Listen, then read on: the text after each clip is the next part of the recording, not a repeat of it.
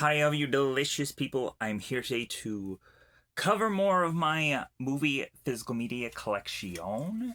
So, uh, I'm to go on and, of course, cover the last uh, bit of my collection.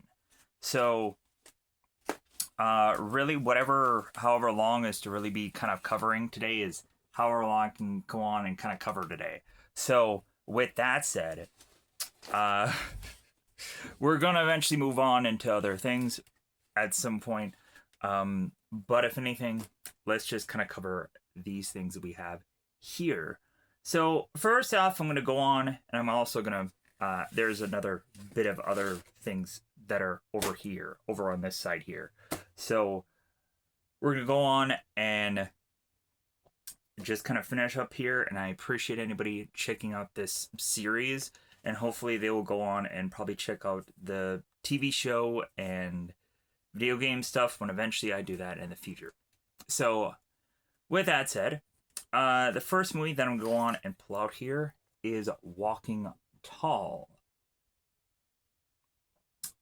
Really was to go on and enjoy quite a bit of the early Dwayne films, and this one was to actually be based on a true story, and eventually, like, man, like, this story just kept getting remade and did all kinds of things with this story. So eventually Dwayne had also gotten to remake it as well. We have Walk Hard. So I went on to randomly watch this movie late at night, and oh my god, was this movie hilarious. Like, we have one point where this character, he's to play this like 13-year-old, but he's like 30 years old or something. And there's one point where he's going on and he's trying to recover from this drug addiction. And there's a point where he is to cry out for these sheets because he's cold. And then it's like this back and forth. He's less and more cold. And eventually they have to showcase how Elvis Presley knew karate. And so yeah, so this movie is so goofy and so strange, but like there's such good comedy coming out of this film. And also, like, it is kind of sad because it's kind of a parody about an actual musician. Because like Walk the Line was a thing that like recently came out around that time. So somebody just had the bright idea of like, well, hey, how about I go on and how about I mock somebody's music career by doing this movie called Walk Hard. But if anything, it's a freaking funny film. Next up, we have a movie called Wanted. Yes, this is the Curve movie, the Curve Bullet movie. Regardless of how you probably think that this movie, its idea is stupid, and the whole binary thing where eventually it picks who is to have been chosen to have gotten killed, I find this movie to just be rather entertaining. And also, for an early James McAvoy film, it actually is a pretty standout movie. Besides maybe Filth, just for how weird and strange that is. Plus, that's the only like cop movie that I feel that I can kind of be more interested by. But a cop movie that is to probably have more skin than anything else, so that's kind of what evens it out. Warm Bodies. This is actually a Blu-ray release that I had gotten. Yeah, so Warm Bodies goes on and eventually has a character that goes from a zombie to then seemingly falling in love with this blonde character through eating someone's brain. And then all of a sudden, weirdly, more and more, slowly but surely, starts to become more human. He starts to have thoughts, he starts to have feelings. And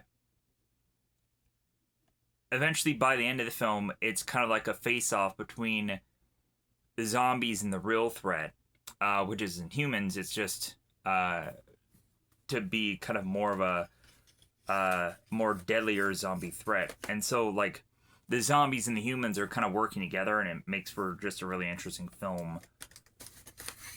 And almost kind of like, there is a bit of comedy in this movie also, which is strange. A zombie movie that also has comedy. This is to be the movie Warrior.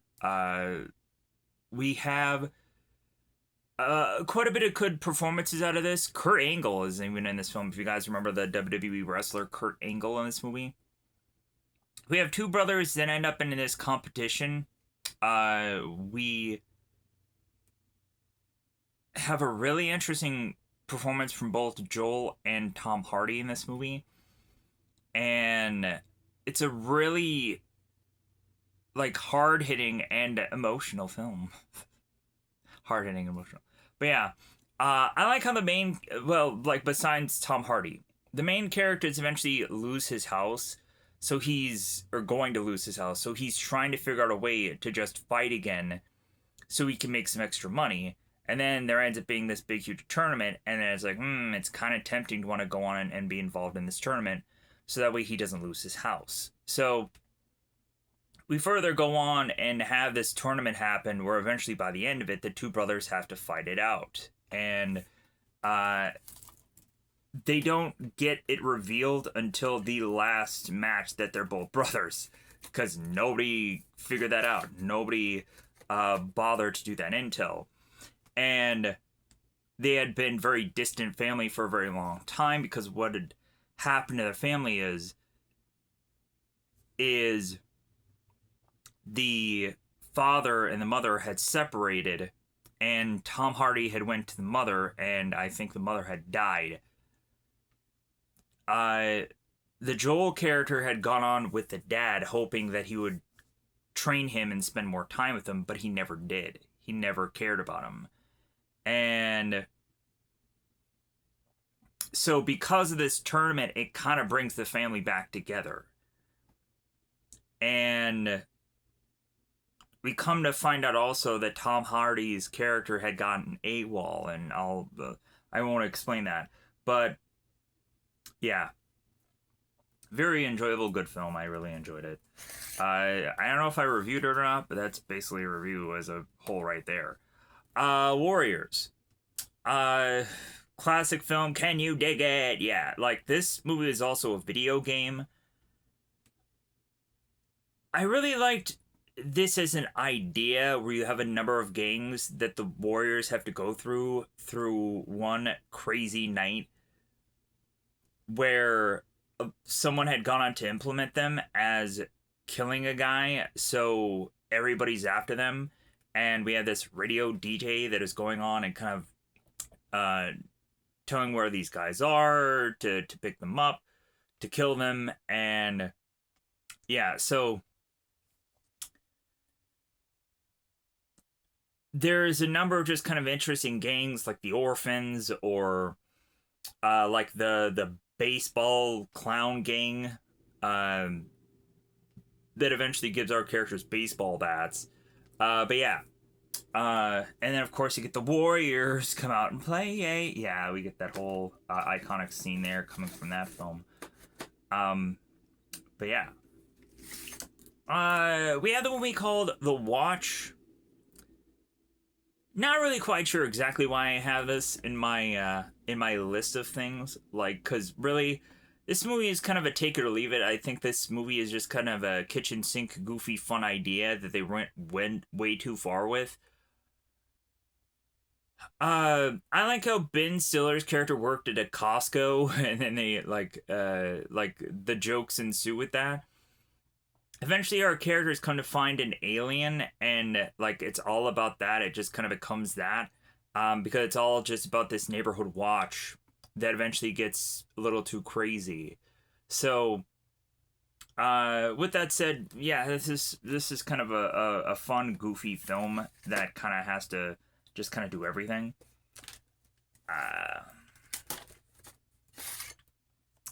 Watchmen. This movie is to, of course, be for a lot of DC people to stand out at its own right. We, of course, have the Rorschach character, who has a number of lines that I'm sure a lot of people had memorized and know, and the whole Pagliacci, whatever clown joke that Rorschach goes on and says, "Hey, yeah, funny joke." Yeah. Um, how eventually they go on and they say the American dream, his biggest problem is that it came true. And we have eventually also a show that kind of follows up after this, or is to kind of be kind of mixed up in this. Yeah, I think it's afterwards. And it's kind of interesting how, like, after this was done, like, I think people were desperate for a lot more Watchmen content, and it just didn't really happen except for that show. Because of the person who's to have created this whole thing just didn't want to come up with more, like, really just didn't want to go on. And it's like, no, I told the story that I told. So they tried every way possible to just kind of remake this movie over and over and over again. Like, there's like an animated cut of it where it's like an extended thing. Like, they tried to recycle this story as many times as they possibly can. And yeah, like, to just try to make money off this thing. I also had played the Watchmen video game, which was actually pretty fun. And it starts out in the prison. I know that because really I didn't really get much past that. I didn't play this for very long, the video game, because yeah, I was just like, I don't really get this. I don't know, I think it was one of those where I just didn't know where to go. So at some point I'm just like, I'm lost. I don't know what to do after this. So yeah, so I didn't get very far in the video game. Anyways, these movies I'm trying to pull out or have been in here for a very long time. Let me pause here for a second. Next up is Who Framed Roger Rabbit. This is to be the 25th anniversary edition of this, and really enjoy this movie. And it's to be kind of known as the only movie where like both Warner Brothers and Disney were kind of working together, because you could have Daffy Duck and Donald Duck in the same scene together. And yeah, like, it is kind of disappointing that we can't have yet another movie like this ever to be done again. Or there seems to be stuff going on right now where we have like Marvel and DC working together as they're doing these crossovers, because really we just have to kind of cross over everything at this point, because we would have Godzilla and Batman and working together, or enemies against one another, and playing that fight out. So next we have The Wicker Man. Regardless of how a lot of people will probably say that this movie is garbage, I think it's freaking hilarious. We have Nick Cage in this movie that I think is funny. He's playing this cop character, and oh my god, the whole thing of the bees, like, yeah. So we would go on to have Nicolas Cage's character, who is to be finding his way into being interested in this woman, and then eventually goes on to be in this kind of village where it mainly seems to be women within it. And there is a whole kind of plot to that. There's a whole reasoning for that, because they go on and they try to find a man, and then they burn him at the stake. Or this kind of and this stake, this big huge statue of thing, and it's like a weird ceremony of things. So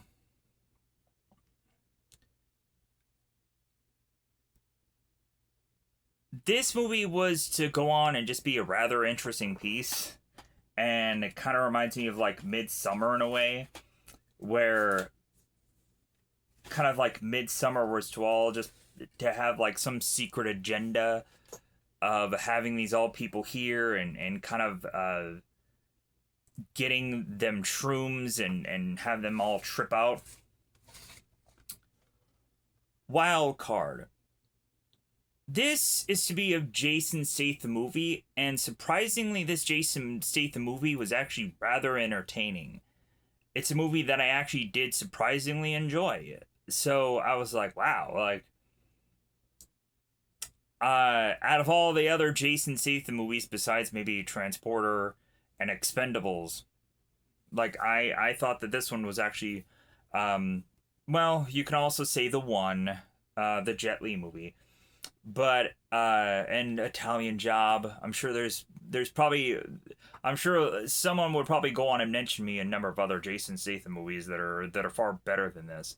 But anyways, Wild Card is actually pretty good too. So, but that's to be the one, the better one that I think is focused upon Jason Statham, so I can say that. So Wild Hogs. I have this movie because my parents really liked it. So I just have this in my collection. It's a fun road trip movie. We have these guys that are going on to accidentally burn this bar of this other gang, and then they try to run away. Well, they make their way to this town, and they realize that they eventually have to come to terms that they have to defend themselves. Plus, also defend the fact that, like, every single one of these characters all have kind of their own problems. And they need to take this movie to face them all. Where, like, some characters are going on and trying to relive their past, or other characters are realizing that they've lost everything of their present. Or we just have guys like William H. Macy's character, the character in the corner here, that's just kind of this like scaredy cat of a guy, and so he has to kind of try to win over this woman by eating her ghost chili and do all these crazy, wild, wacky things, and Martin Lawrence is also in this movie. Yeah, he's also just in this movie. But, like, he plays, I think, like, this boxer character or something like that. Yeah, like, there isn't much for Martin's character really overcome here. Yeah, like, for anything. Yeah, yeah, he's the only one that it's like, it doesn't really seem that he has much of anything going on in this film. I don't know what they were thinking. So, Wild Wild West. This movie is so goofy and so strange, but I have to still go on and have it in my collection. How at one point we have, like, Kevin Kline, who's basically cosmetically and what have you, dressed as a woman in this film is just kind of crazy. But Wild Wild West just has some funny gags in it, and as well as also it just being this just strangest, like, cowboy movie that also is to have been built off of a former show. Yeah, there legit is to have been a Wild Wild West show that I had gone on to see. I'm like, oh, so that's what that was from. Wild.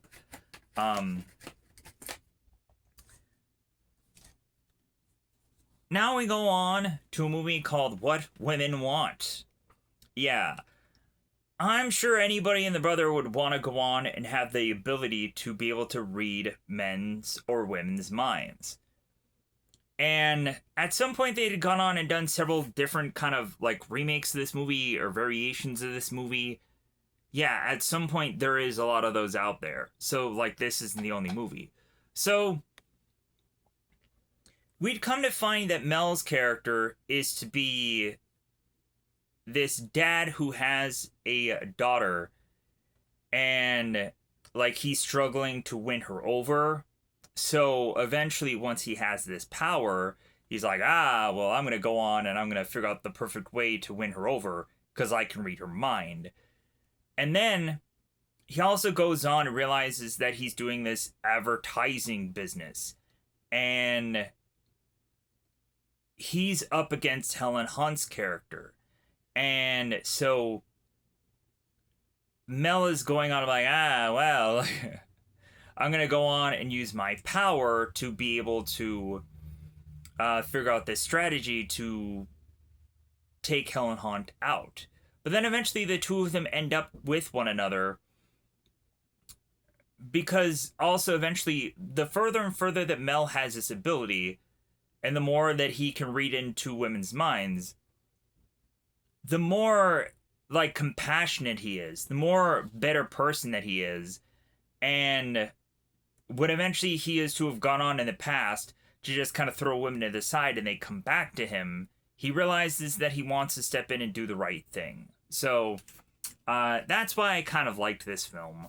And then also just the ability to read women's minds would be kind of a nice power for once. Next up, we have, of course, the classic movie Weird Science. He doesn't have his license, Lisa. Yeah. This movie is to really just be like the cool idea of like, hey, wouldn't it be great if you could just create your dream girl? But this dream girl seems to have this weird ability with her. Like, it seems that she has to go on and not only be good looking, but then also she has to go on and have these unusual ways about her that she can go on and create these things out of thin air. She can go on and make adjustments to things. And the further and further this dream girl is trying to go on and make these two guys more into men, and to eventually, by the end of the film, get women of their own instead of just relying on her. And so that way she can just move on as if she is to be the cowboy that comes into the town and saves the day and then leaves by the end of it all.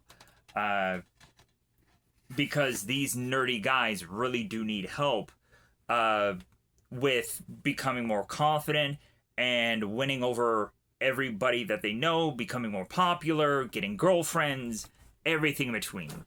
Also, these guys wear bras over their heads, so that's kind of funny and kooky and cool. Robert Downey Jr. was also in that film, and so I was like, wow, this is like a really early Robert Downey Jr. film that I always just really enjoy and what have you. So, and also he kind of plays the douchebag kind of bad guy in the movie. What about Bob? So this movie goes on and really is to have this kind of back and forth between Bill Murray and Robert Dreyfuss, or Robert Dreyfuss's character, or Richard Dreyfuss's character. My bad. So we come to find that Bill Murray's character needs a therapist, so Bob needs a therapist. And the only one that seems to be available is Richard Dreyfuss's character, who's on vacation. And so eventually Bob goes on and is to just really want like endless therapy. No matter if this guy's on vacation, no matter what, like Bob is going to go on and meet with this guy and want to get therapy. And at some point, like, we have Bob that kind of shows up at his place, and then all of a sudden when he shows up, he ends up becoming like the best thing for this family. That all of a sudden, like, every single one of the family is all of a sudden having a way better time this vacation because this Bob character is there. And then in return, Richard's character is looking like the bad guy everywhere he turns with his family, and everything is getting sabotaged because of Bob without anyone else none the wiser. So eventually it just kind of gets to the point to where Richard's character needs therapy, and Bob is marrying Richard Dreyfuss's sister by the end of this film. And it's a pretty good movie. Check it out. It's really rather fun. We have Wonder Woman. So, I think, like, with more viewings, I could probably warm up to this movie. But I will never catch freaking, like, even if I'm on death's doornail and the only way to cure it is for one more viewing of of the Wonder Woman sequel, that will never effing happen. I will rest soundly in peace. Cause yeah, I will never watch 84 or whatever that sequel movie title is. But I can go on and enjoy this first movie enough to just be like, like it's good or it's okay or whatever. I've gone on to review it. You can hear my thoughts about it and how I was to go on and enjoy it. I hate Gal Gadot. I just do. Like for some reason there's never a movie where I can go on and enjoy her performance or enjoy that she's in it. Not a single movie. So with her being in Wonder Woman, like, I just have to figure out a way to enjoy the film and not enjoy her at the same time. So very much a Herculean task whenever I'm to go on and just kind of see those films. And some of you may absolutely love Gal Gadot and be just so distraught that she is to no longer in the future be Wonder Woman. I don't know. It's this whole back and forth of who's gonna really be any of these Justice League folk at some point, or who they're keeping or who they're not keeping. I think Blue Beetle might have been still in the DC comic book. I have no idea. It doesn't really matter anymore. Like, they're gonna take 12 years to do a sequel to a film that no one's probably gonna remember, right? Anyways, so it doesn't really matter. So, Wishmaster. Wishmaster 1 and 2. This is very... Let me take a second here. Wishmaster 1 and 2. Yeah. Some of these have just kind of been just sat on a shelf somewhere. So yeah, there's sometimes where I just need to do a little bit of maintenance on these things just to make them look a little bit better. I could not be bothered. Just because they're sitting on a shelf. If I resold them, then yeah, I would maintenance them a little bit better. But anyways, yeah. I absolutely love the Wishmaster franchise. It's a really fun idea. We have this evil genie Jinn that is to go on and offer people wishes, like a very specific person who is to go on and find the ruby thing, and whoever else they go on to randomly find, those people end up getting one wish, but that one wish ends up getting twisted and turned into a way of which that will probably end up having them get killed or tortured or just horrified beyond belief for the rest of their life. So, but yeah, the movies are to kind of be fairly gory and also just kind of a lot of fun. So hence Wishmaster 3 I have here. Yeah, I definitely wanted to go on and try to obtain every single one of these movies, which of course I do. Because yeah, like, all these, regardless of how lower and lower budget that they have, all of them are to be rather entertaining. Oh,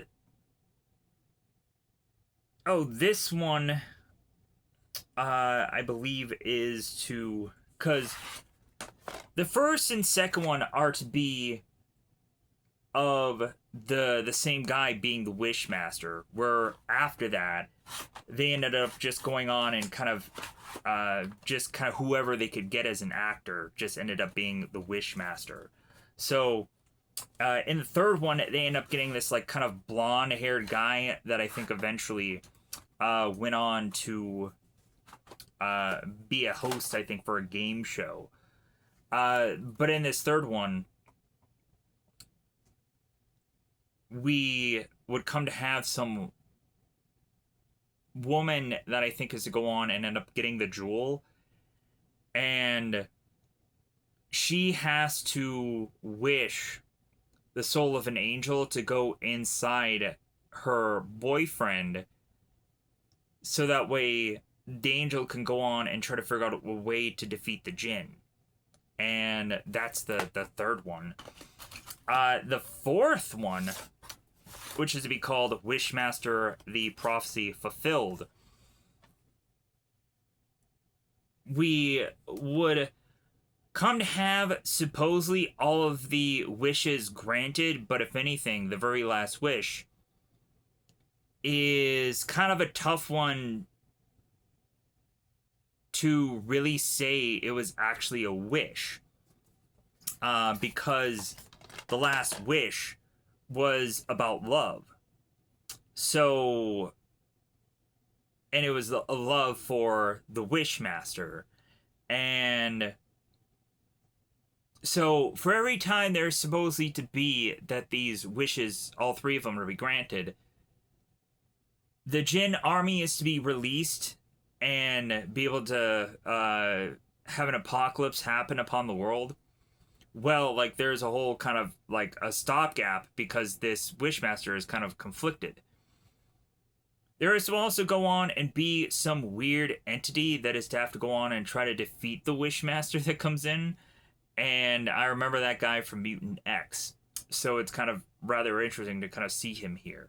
So by the end of the movie, they have to figure out yet another way to go on and defeat this Wishmaster. And it is an interesting enough film. I can go on and just enjoy this series, regardless of how eventually, it just kind of gets lower and lower quality over time. And every movie, they have to kind of figure out like what a evil genie is, through every aspect of the film. So, now we have With Great Power, the Stan Lee story. So I had gone on to watch the reality show Who Wants to Be a Superhero, and I would go on to watch so many behind the scenes things of Marvel comic book movies, and eventually I would get to know guys like Stan Lee and people that were involved in Marvel Comics. So eventually when I heard that this documentary was out, like, well, I'm like, I gotta watch this. Like, I know that it's just gonna be about this guy's life, but I'm like, but yeah, heck yeah. Like, I want to know everything I can about him, just for how iconic he is and just how beloved Stan Lee is, as well as his characters. So much so that they tried as much as possible to kind of give him cameos in so many movies. And I think the most interesting thing about this film is the relationship between both Stan Lee and his wife. That whole holiday card thing was really rather interesting. And like, just the whole documentary was actually just really interesting to find out that like, Stan Lee was in the military. He was to go on and be a guy who kind of wrote military pamphlets and stuff like that. So kind of an interesting bit of a movie there. So this is to be the film Without a Paddle. Very goofy film. Like, the one scene where they kind of huddle together for warmth, and then like they're playing the R. Kelly, like, my body's telling me no, or no, my heart's telling me no, but my body's telling me yeah. And they're all huddled together for warmth. It's pretty funny. But it seems like the movie is just really like music based. There's one point where they're doing the whole like God, what is it? I just had it. The "Do You Really Want to Hurt Me" song, and then the bad guys finish the song. It's like, well, yeah, we really want to hurt you. So, come to find out, these three guys were trying to go on and hunt down this one thing of gold.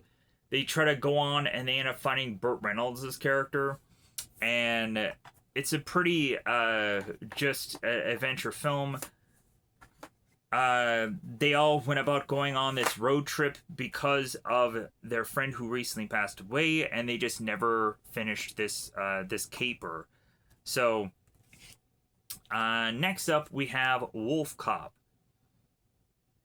This has got to be the most adult werewolf transformation ever.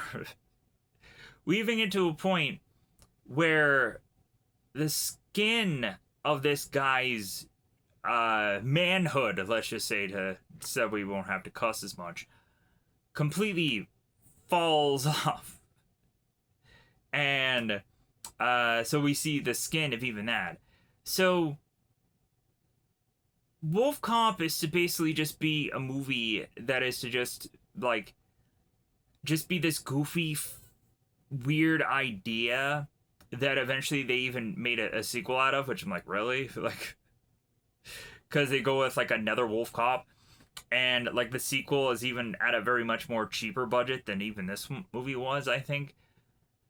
But yeah, but like they just took this idea and ran with it, and so good for them for going on and just having a movie that they probably just had a lot of fun with, and it was just weird and goofy fun. So I'll give them that. Anyways, we have Wolfman from 2010. So I had gone on to mention how I had saw the black and white one of this, where it's like the whole poem thing that they kept reciting over and over again, and how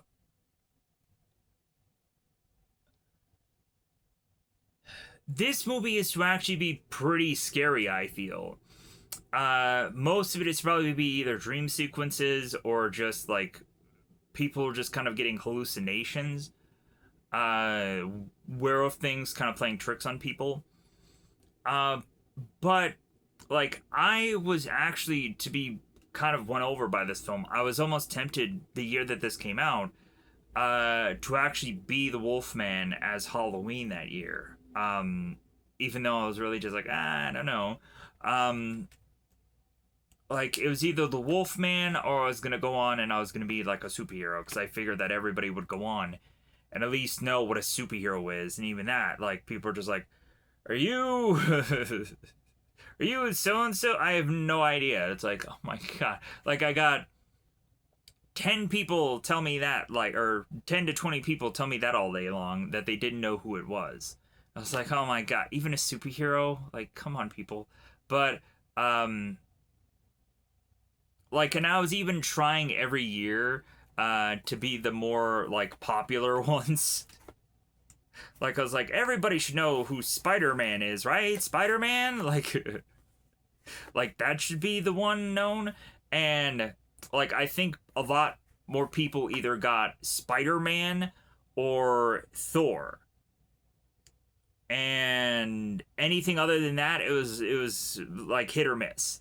And I dressed up as like Captain America one year, so I kind of felt kind of forced to just dress up as superheroes, because anything else is like, I don't think anybody's gonna know who this is. But there was a lot of years where I was probably gonna dress up as like a Power Ranger, Ghostbusters, and I still have the costumes to this day, but and I can still wear them whenever because it doesn't really matter. But anyways, so I do actually have a physical copy of the movie Wolves with Jason Momoa. I'd gone on to also review this movie, so yeah. This movie is actually a surprisingly decent werewolf film, interestingly enough. We'd come to find eventually within the film that the young character is to be somehow related to Jason Momoa's character. I won't give into too many details. Yeah, there ends up being a fight between werewolves. It becomes a really interesting film. Not everybody can be werewolves in this film because of the budget. But if anything, yeah. Really fun movie. Really did actually enjoy it. Next up, is I gotta figure out how to put these in here in the perfect kind of way here. We have World's End. Honestly, like, I don't know quite why I still have this in my collection. I don't think it's a bad film, but, like, I don't know how I can feel really strongly about it anymore. It's another one of those kind of road trip adventures with a group of people, and when they further and further go through this road trip, things get more and more just so bizarre that it's like the kitchen sink of everything that could possibly go on and go wrong in a road trip happens in this road trip. Like everything between, like at one point there's like aliens and robots and all kinds of crazy things, and it's just really weird and bizarre. Really fun piece. Like it was to go on and like have the feels of Shaun of the Dead, but if anything, like the characters are kind of playing kind of different people than they were in Shaun of the Dead. So there is that for you. So next up, Wreck-It Ralph, top shelf. So this is like a fun kind of throwback film where, like, I think it did start to bring back kind of much more of a feel of people caring about retro games, and really had a lot more people want to go on and kind of use libraries of stuff. And like this is also around that same time where like Adam Sandler was going on and doing that like Pixel movie or whatever. So yeah, like it was right around the perfect time where like these video game things were just like, yeah, use our library, please. Like, how can we not go on and how can we not say no to this? So we come to find that these characters are all to go on, and after their game is to kind of be all well and done with, and they kind of close up shop for today, they all make their way into this weird, goofy, like, tunnel place where Wreck-It Ralph wants to go on and not just be Wreck-It Ralph anymore. He's a villain character and he's just kind of sick of it. And so eventually Wreck-It Ralph just kind of finally just decided to vanish from his game because he's just tired of it, just doing it over and over and over again. That then like creates like this big huge problem that everybody is just going on and wanting to just kind of be something different other than themselves. And so it's kind of a fun piece. Kind of all over the place, but kind of fun. The Wrestler. Of course, I have a wrestling movie. I had gone on to review this movie. So we have the Ram, who eventually goes on to be this kind of near retirement wrestler, and he's still trying to go on and wrestle the circuit, wrestling on weekends, but if anything, his primary job is that he's working at this this like meat slicing grocery store, and eventually he goes on to have a heart attack, which eventually leaves him to have this like huge scar on his chest. So everybody's kind of telling this guy to not wrestle anymore, but eventually he goes on to wrestle anyways because he just doesn't care anymore. And so eventually he goes on to get this huge substantial gig, and so by the end of this he goes on to do this whole huge speech, and like it's really a fairly good film. And the guy tries to get back with his daughter, and it's a nice piece. So we have Wrongfully Accused. Excuse me. This is a movie where it goes on and is to kind of just be just kind of another one of those kind of parody films. This is to kind of be a parody off of The Fugitive, and this movie is to really just kind of be kind of like one of those fun, like, movies where this character is trying to figure out who is to have actually been the one who actually did it. And again, it's basically just a parody of the fugitive, the one-armed, one-legged man. Yeah, it's very goofy. So next up we have the Vin Diesel movie Triple X. What am I gonna do for my country? And yeah, so I liked this film because we have this like extreme sports guy and nothing really phases him. He is to end up doing this mission for the government, and he thinks that it's all fake. He thinks that it's just some audition that they're forcing him to go through. And then all of a sudden they find out that this mission that they have him on is actually a real mission because there's real blood on this blade. So Xander, or Vin Diesel's character, goes on and is to, of course, get through this mission because he's to be the main guy they focus on. And so Xander goes on and ends up with this group called Anarchy 99. And he eventually goes on and does this wire transport, buying all these cars, but eventually he realizes that, like, or eventually he has to go on and do more intel on these people, and starts to be part of their group, and comes to find out that one of the people in the group is this undercover agent that they completely forgot about. So eventually, when they find out more about what's going on with Anarchy 99, about how they have this huge robotic boat that is going to go on and rocket off this missile that is going to destroy the world. Eventually, yeah, Vin Diesel has to be the only one that can stop it. So, very Bond movie. And then, of course, in the very beginning of the movie, they have like a Bondish like character that quickly gets taken out because he's just not the right fit for that situation. They need to get a criminal to face off against a criminal. So, it's kind of an interesting film. Yes, Man. This is just to be a really fun movie. That is to have people be more open-minded to just try to say yes to things.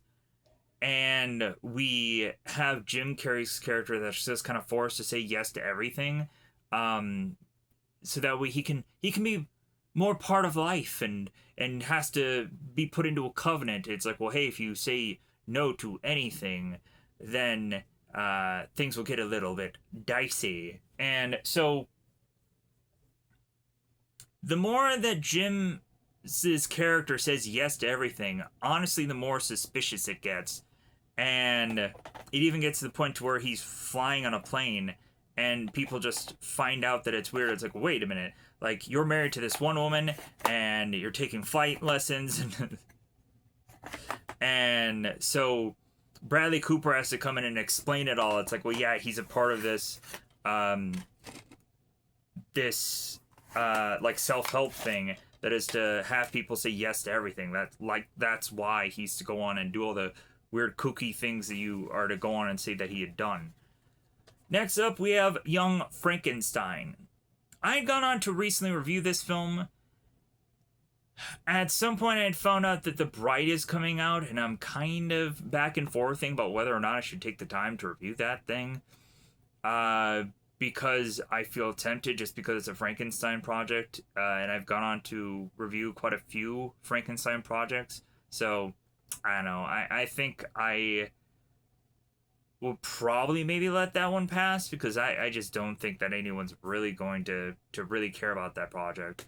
But I've kind of let so many projects just kind of pass my way, so I don't know. Like, eventually I need to get back into doing some more new releases, because it's very tough for me to find a new release that I'm going to actually either enjoy or give a shit about. So, we're kind of back to that time as far as new release things goes for movies and shows across the board. So I'm just kind of back to just kind of doing some older content.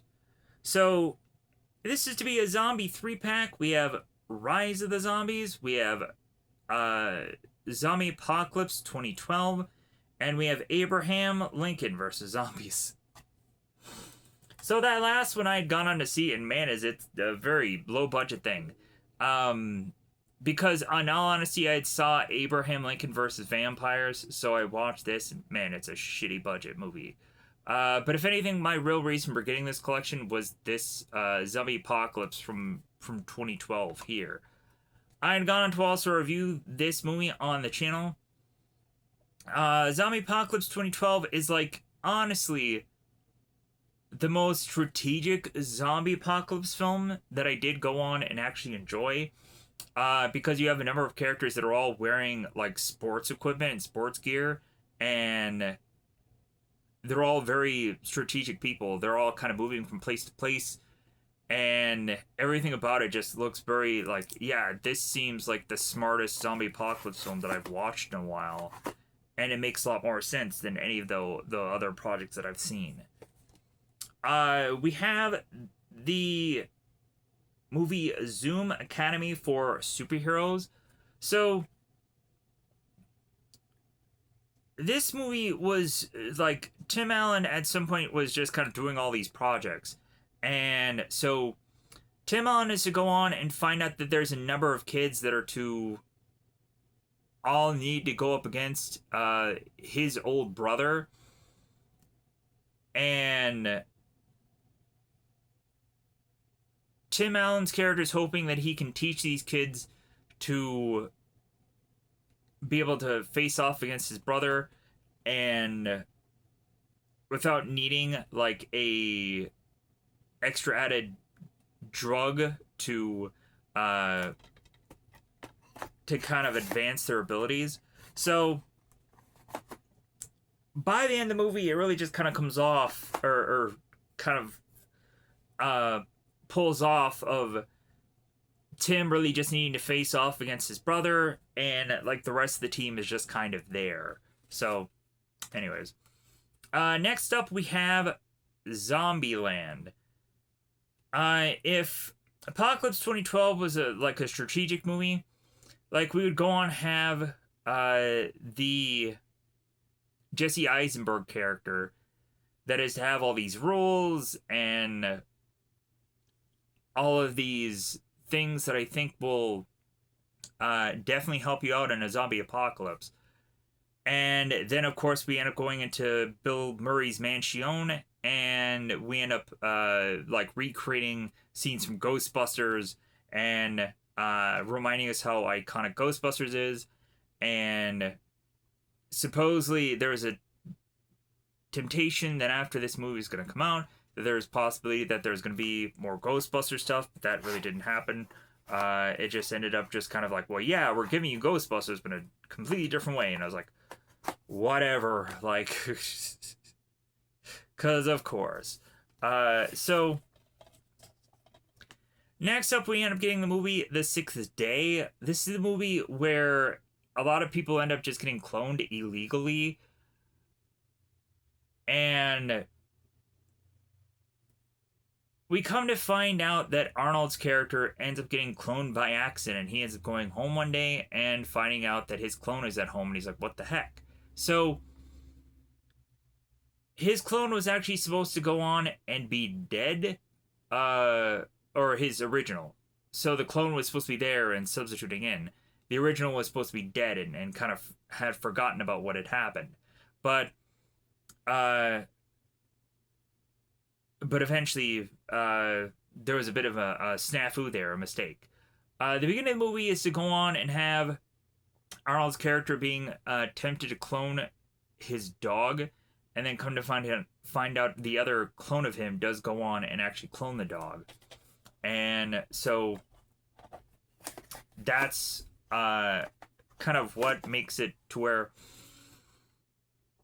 Arnold's character goes on and finds out, oh, well, like, I don't know what these people are talking about. I was here before, or I was here more than once. Doesn't make any sense.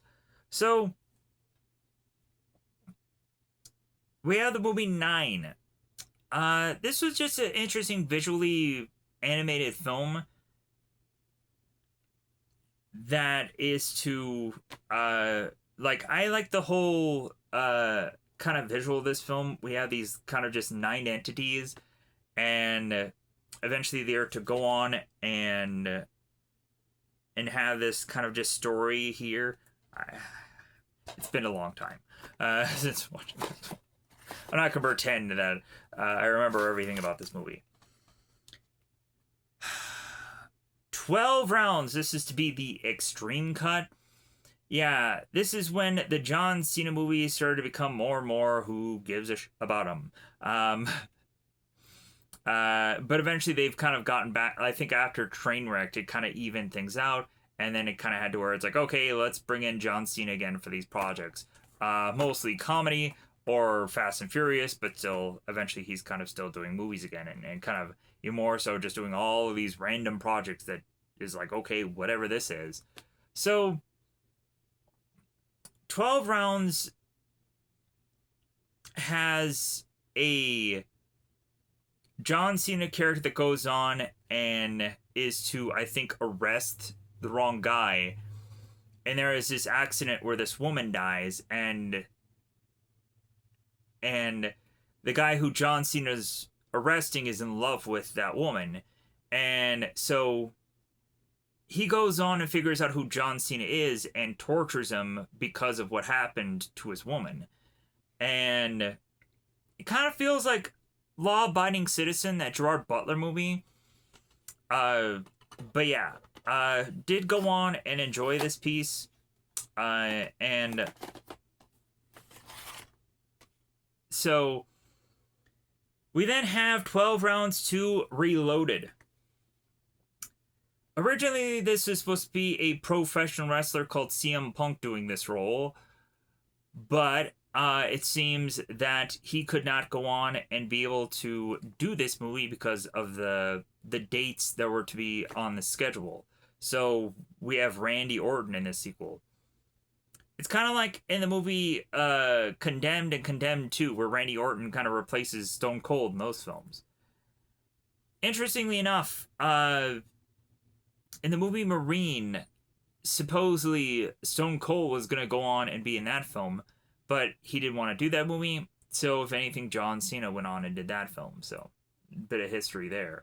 So of course, this movie is to be done from a paramedic instead of a cop. Just really rather interesting film that I did enjoy, but haven't been I remember much about it.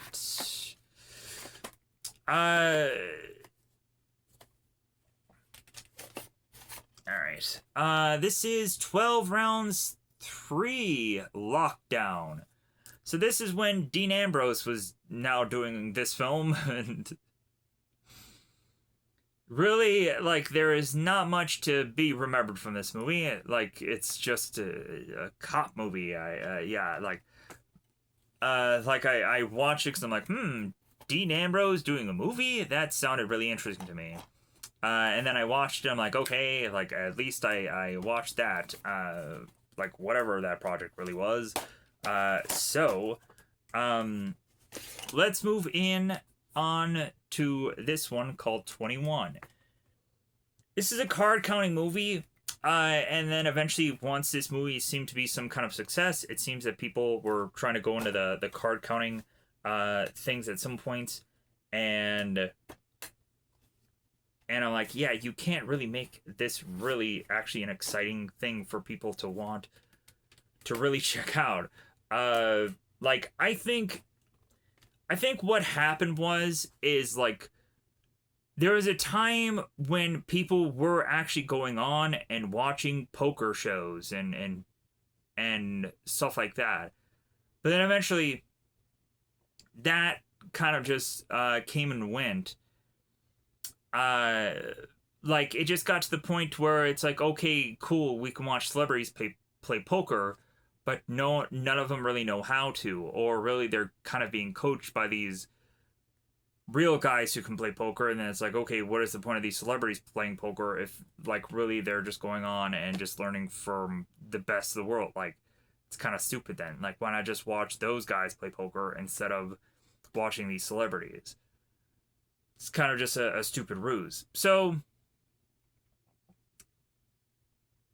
21 had that whole winner winner chicken dinner thing, and eventually you just had these kind of just the whole thing is we have these kind of mathematics students that go on and are desperate because they need money, so they go on and they go into this whole card counting thing, and they're of course doing it because of course like these young kids they need this for school, and of course the Kevin Spacey character is like, hey man, I'm freaking I want to retire, I'll retire. Anyways, next up we have the movie 40 Days 40 Nights. So Josh Hartnett ends up going on and getting just pootie tang left and right. He's having all kinds of women just throw themselves at him, and so weirdly enough, Josh's character is to go on and just having problems performing. He looks at the wall and he sees these like weird cracks in the wall, and for some goofy reason he just can't have sex. It's weird. So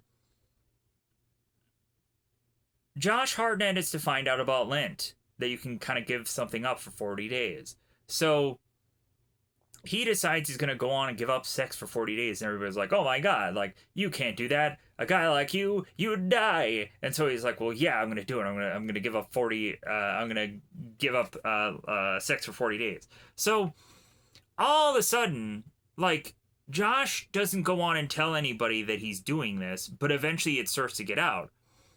The further and further that these 40 days go, the more and more that like people are betting on it, people are making a game on it, women are trying to Xerox their butt to Josh and say like, well, hey, like I'll definitely go on and like I'll pop your cherry or what your cherry. I'll pop like they'll try to seduce him to just have this bet to be over. So this guy can't even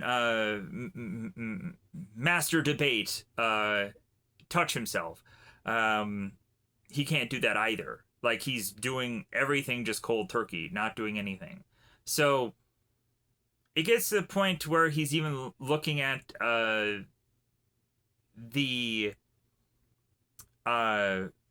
woman on a bottle, and he's kind of like, So and he's having all these weird sex dreams, and I'm sure like at some point like he probably had a wet dream or something. I don't know if that counts, but if anything, yeah, a real fun movie.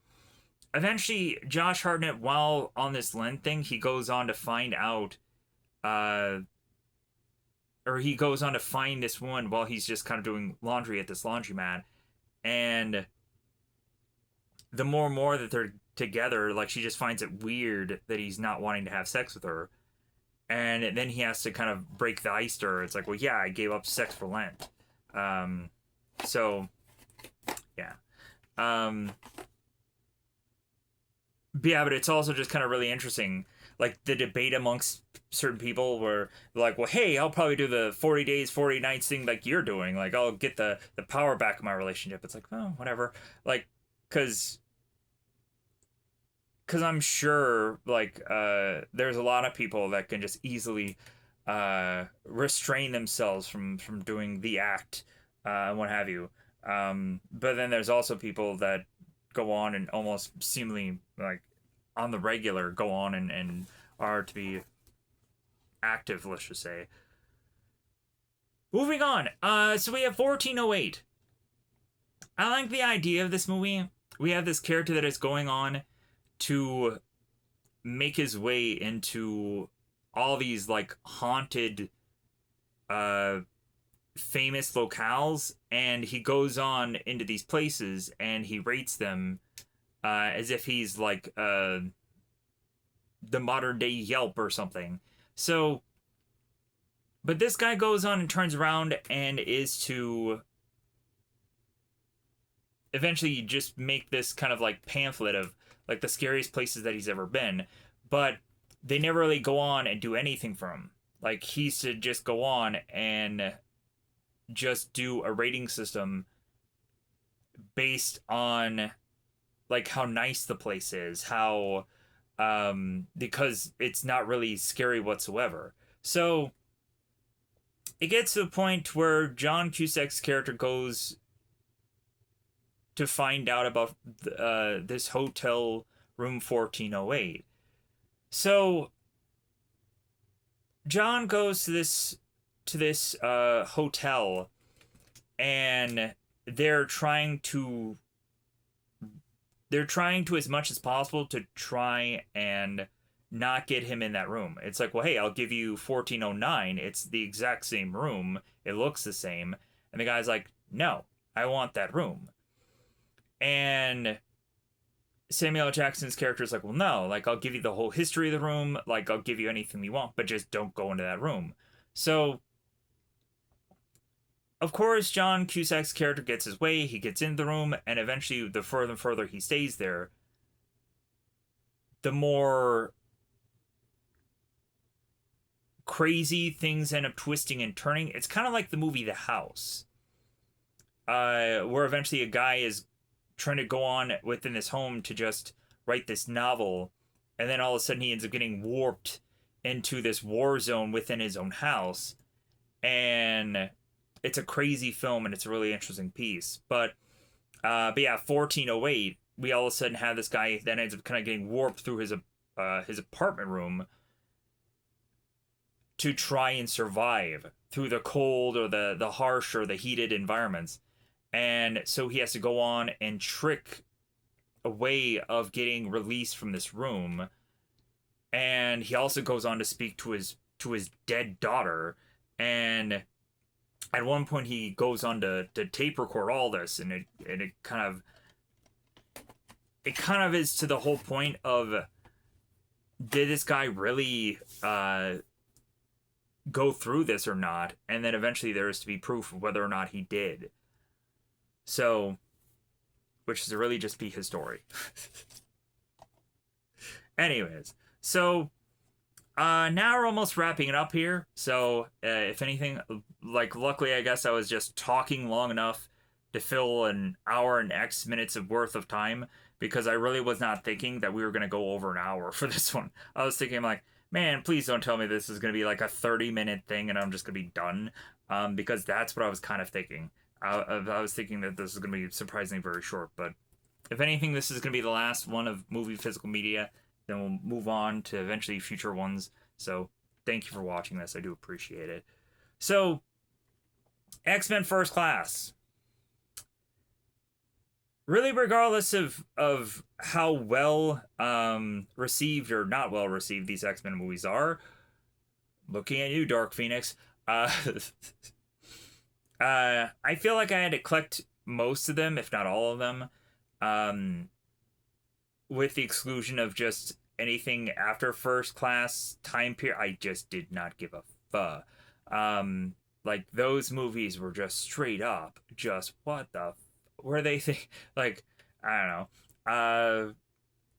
Like, I don't think First Class was all that good, but then they just kept on going with them. But anyways, so X-Men First Class, you have a X-Men movie that was trying to be its own thing, but then eventually had to realize that it had to get into X-Men continuity, that they had to justify it all. And really, there was so many questions that people asked about, like, well, wait a minute, like, why is it that your character has an accent or doesn't have an accent in the Ian McKellen films? It's like, oh, well, it's trying to be its own thing. Yeah, like, it's the whole goofy thing about that. So, but believe me, they did so many, like, X-Men films that really it just kind of ruined the franchise, to where at this point we're trying to go on and now do the Deadpool movie to, I guess, kind of reset things, or just say that it's like, well, hey, all the X-Men stuff of the past, that's all good and well and all, and you could watch those, but also we're just gonna go on and do whatever this new X-Men thing is with Doomsday or whatever, because I'm sure there's gonna be some X-Men thing there. X-Men Origins Wolverine. Um, Regardless of what I'm sure people will go on and say about this one too, because they won't like the Deadpool or they won't like the story or they won't like Gambit. I actually really liked this origin. Like I was to go on and actually really enjoy this piece, but also like I didn't really care for the Gambit either. Or I didn't like how Deadpool didn't look comic book accurate. Or even Sabretooth didn't look comic book accurate because most of the time he's blonde. But if anything, it had to make sense because both of them are supposedly brothers. But then eventually they'll forget that they're brothers. So, because eventually in any other thing down the road, yeah, these people don't go on like, oh, brother, we're brothers. Yeah. Um, yeah, and plus also Sabretooth ends up getting killed in Deadpool and Wolverine. Next up, we have an X-Men Collection. Yes, this is X-Men Collection. So this X-Men collection thing here, I'll kind of show the case that it was in. Ooh, case. This one is to go on and have, whoa, a disc fall out. That's what it has. So we have, man, these discs are not in here very well. All right, so we have X-Men. If I can figure out a way to, let's do this. This will be easier. We have X-Men here. And then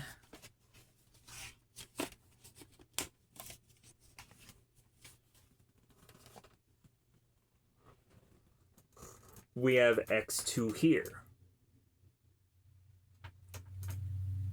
And that's to be this X-Men collection.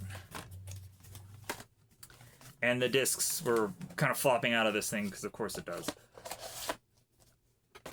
Then we have X-Men Days of Future Past. I absolutely love this movie, regardless of like, oh man, they're bringing back the characters from First Class. They're having to re-justify it all. But if anything, I'm like, but that Sentinel fight though. Oh my god, that Sentinel fight. I'm like, thank God, finally, we get some Sentinel fight. But also, well, we got kind of a Sentinel fight in one of the other movies, but that was kind of in a simulation thing that doesn't really count.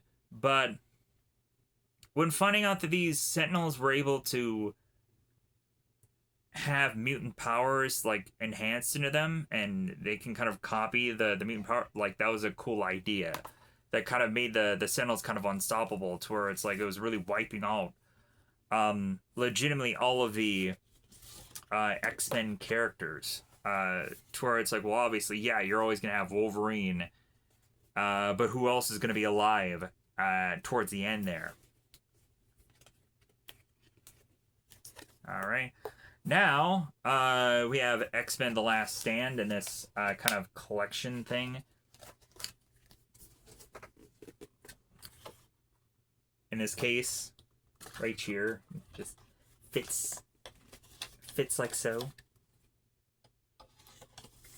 Because this is when I cared to actually get the collection stuff for some of these things. Yeah. Let me try and get this out here. All right. We have this here, and then we have this book that comes along with it. So, oh, and we also have this card that comes with it also. So, let me pause here. All right, we have 2 movies left. We have the Wolverine. This is to be the Unleashed extended edition.